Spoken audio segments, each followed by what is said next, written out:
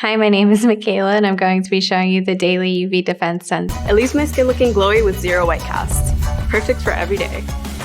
This is an SPF 36, so it's good for daily use and it sits well under makeup. I like that it's lightweight, there's no white cast, so it goes on clear, and there's no sticky feeling. This sunscreen is made with green tea extract, Centella asiatica, and sunflower seed oil, which makes it good for moisturizing. It's an eco-friendly formula, so it's made without octinoxate and oxybenzone, which makes it reef safe.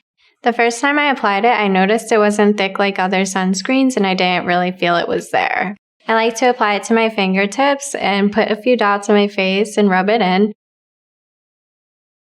After I apply it, my skin feels moisturized and I don't really notice it's there. It can be used daily in the morning as the last step of your skincare routine.